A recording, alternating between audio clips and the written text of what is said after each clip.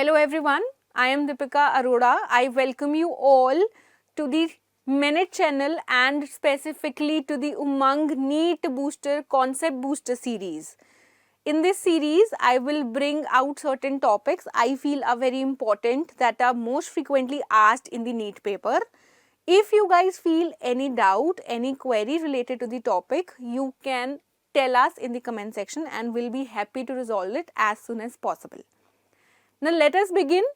The first topic I am taking for the NEET Concept Booster series is cell cycle and cell division. I will take it in the different sections. We'll discuss mitosis, meiosis as well as the whole cell cycle. So let us begin with the cell cycle and cell division. Now we know that all the human body is formed of what? It is formed of cells. The functional unit of life is what? It is cell. और कुछ नहीं है हमारी body के अंदर, बस बहुत सारे cells हैं which have aggregated to form tissues. Tissues have aggregated to form organs and organs have aggregated to form organ system. Now इतनी सारी division of labor हमारी body ने इतनी excellence से हमें presence करके दिखाई है, तो इसको मेंटेन करने के लिए, इतने सेल्स का काउंट मेंटेन करने के लिए, there is a process that is cell division. ना सेल डिवीजन का मतलब क्या है? You are dividing one parent cell. आपके पास एक पेरेंट सेल है और आप इसी को डिवाइड कर रहे हैं किसमें? Into the two daughter cells. Now when we are talking about the two daughter cells, आप कैसे डिवाइड कर रहे हैं? इस पूरी sequence, series of the cell division, क्या क्या किस सीक्वेंस में होगा, क्या होगा, उस पूरे सीरीज ऑफ इवेंट्स को आप बोलते हैं cell cycle.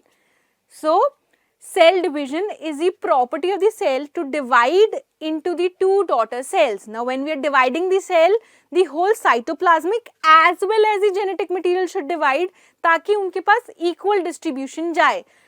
We are dividing the parent cell into the two daughter cells, and when we are dividing cytoplasm plus the nuclear content, they both will be divided in the cell division.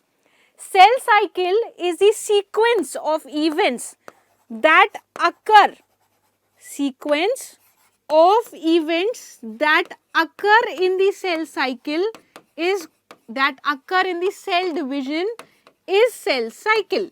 I hope did you get this? Now this all of the cell cycle is further divided into different phases. आपको पहले cell को prepare करना होगा कि वो various division के cycle चले. Now how do we do this is the sequence of events. Now we divide the cell cycle into the two phases. One is interphase and the another phase is called as M phase. Now बच्चों, this is very important. Interphase and M phase. Please listen to this very very carefully. ये बहुत जरूरी है, इसके ऊपर बहुत छोटे छोटे क्वेश्चंस आते हैं. आपको अच्छे से सुनिए और कोई भी डाउट हो तो प्लीज बताएं. नाउ इंटरफेज की जब हम बात कर रहे हैं, it is further divided into the three phases. Interphase एक रेस्टिंग फेज होता है. रेस्टिंग का मतलब ये नहीं है कि कोई काम नहीं करता. Interphase is the most active phase but it is still considered as the resting phase. ऐसा क्यों? ये इतने सारे, इतना उल्टा सीधा क्यों है? क्योंकि ये interphase is actually the preparatory phase, जिसमें सेल अपने आप को प्रिपेयर करता है एक डिवीजन करने के लिए. This interphase is called as the resting phase. Why? क्योंकि इसमें डिवीजन नहीं होती. दो चीजें हमने बोली. Interphase is the preparatory phase, it is the most active phase क्योंकि इसमें ये सबसे ज्यादा एक्टिव है. ये अपने सारे ऑर्गेनेलीज, अपना DNA, everything that is present inside the cell, ये अपने आप को डुप्लीकेट करता है ताकि ये दो डॉटर सेल को डिवाइड करे. देखिए, आपने पहले डुप्लीकेशन करनी है, फिर डिवीजन करनी है. आप डुप्लीकेशन, जो भी सारी प्रोसेस है ये करने की, वो इंटरफेज में करते हैं and the division that occurs is the M phase. So interphase is the most active phase.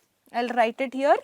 Interphase is the most active phase but still it is also considered as resting phase क्योंकि इसके अंदर कोई भी division नहीं होगी.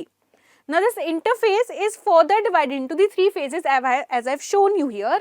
G1 phase, S phase and G2 phase. G1 phase is called as growth 1, growth phase or the gap 1 phase. This G1 phase occupies the largest area of the interphase. ठीक है, interface सारे cell cycle का सबसे ज्यादा area लेता है और interface में भी सबसे जो लॉन्गेस्ट टाइम पीरियड होता है वो G1 का होता है. G1 is very very important phase. Why it is very important? क्योंकि majority of the cell organelles except few जो कि हम आगे पढ़ेंगे, majority of the cell organelles they do divide in the G1 phase. G1 phase के अंदर जो भी चीजें मुझे डीएनए को डुप्लीकेट करने के लिए चाहिए वो सारी बन जाएंगी. For example, if I tell you all the nucleotides that are forming the DNA, all the RNAs, all the enzymes, all the proteins, at everything that duplicates, that is synthesized, is occurring in the G1 phase.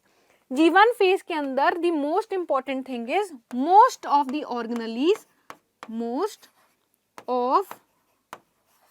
organelles duplicate plus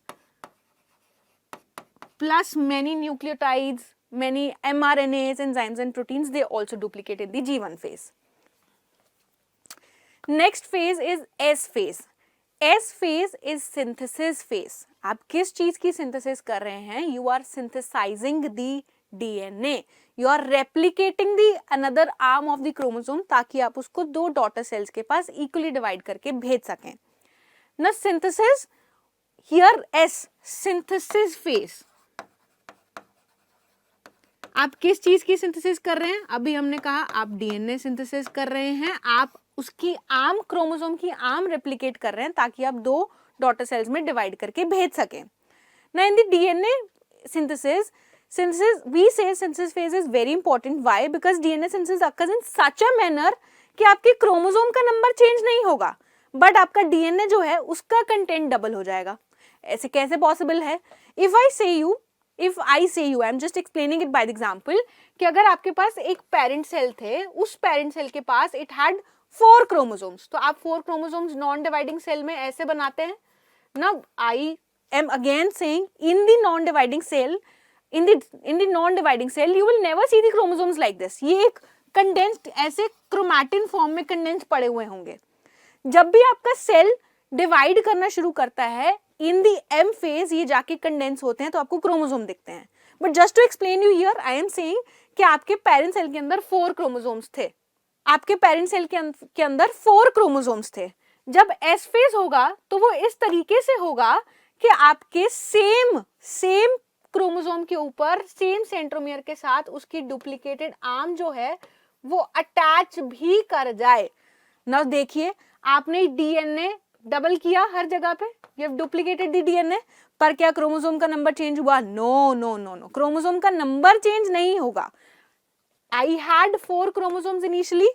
After the S phase again I have 4 chromosomes. But if I say I had 8 picograms of DNA before the S phase, now I will have what amount of DNA? 16 picograms of DNA after the S phase. बच्चों ये बहुत commonly NEET के अंदर question पूछा जाता है that before or after the S phase what is the amount of DNA and the total number of chromosomes that will be present in the cell. They can give you any amount. You just need to keep in mind कि आपका DNA double होगा but the chromosome number will remain same. I hope I am clear. Next, moving from the S phase, we go into the G2 phase. Now, G2 phase is the gap phase, gap second or the growth second phase. Now, G2 phase is another phase which checks that we have everything required for the M phase. M phase के अंदर मुझे जो भी चीजें चाहिए हैं वो चाहे एंजाइम्स हैं चाहे प्रोटीन्स हैं, मेरी न्यूक्लियर डिवीजन करने के लिए जो भी चीजें चाहिए वो मुझे G2 के अंदर मिलनी चाहिए, वो G2 के अंदर रेप्लिकेट होनी चाहिए. Second thing, another thing that replicates here is the organelles. I wrote here कि हमारी यहाँ पे most of the organelles duplicate करती हैं, but ऐसी कौन सी organelles हैं जो duplicate नहीं करती? We have mitochondria, we have Golgi body and we have chloroplast. ये 3 ऑर्गेनेलीज ऐसी हैं जो कि G2 के अंदर रेप्लिकेट करेंगी, G1 के अंदर नहीं करेंगी. कौन कौन सी हमने कहा? माइटोकॉन्ड्रिया,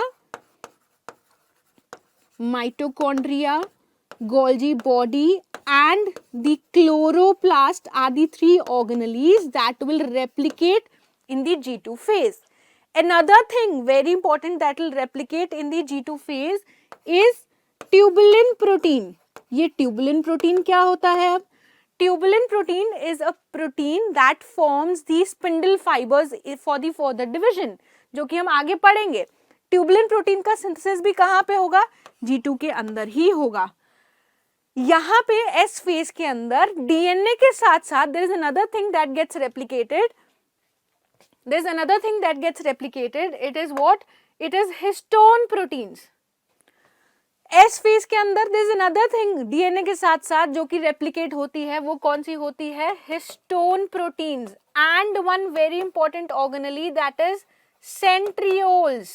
वेरी इंपॉर्टेंट, जो कि स्पिंडल फाइबर बना के आगे डिवीजन करने में मदद करता है, उसका रेप्लिकेशन भी एस फेज के अंदर ही होगा.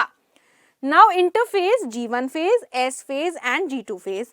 G2 फेज के बाद cell will enter into the M phase. M phase meiosis भी हो सकता है, एम फेज माइटोसिस भी हो सकता है. ठीक है, अभी हम उसको नेक्स्ट बूस्टर सीरीज के अंदर कंटिन्यू करेंगे. बट जब आपका एम फेज पूरा हो जाएगा तो क्या सेल हमेशा डिवाइड करता रहेगा? सेल कभी डिवाइड करना रुकेगा? This is a very common question, all students gate confused about. तो जब आपका G1 S और ये G2 फेज हो गया, इंटरफेज हो गया बच्चों, इंटरफेज के बाद आपका एम फेज भी हो गया, 2 डॉटर सेल भी बन गए. ना these 2 daughter cells can also keep on further dividing, same cycle follow करेंगे. आप इंटरफेज चलिए, फिर आप एम फेज चलिए, फिर इंटरफेज चलिए, फिर आप एम फेज चलिए, आप बहुत सारी डॉटर सेल्स बनाते चले जाएंगे. But if the cell is differentiating, it is acquiring a particular function, it will enter the G0 phase. G0 phase क्या होता है? G0 phase क्या होता है? G0 phase is a quiescent stage. G0 stage. इसमें cell is suspending the cell cycle.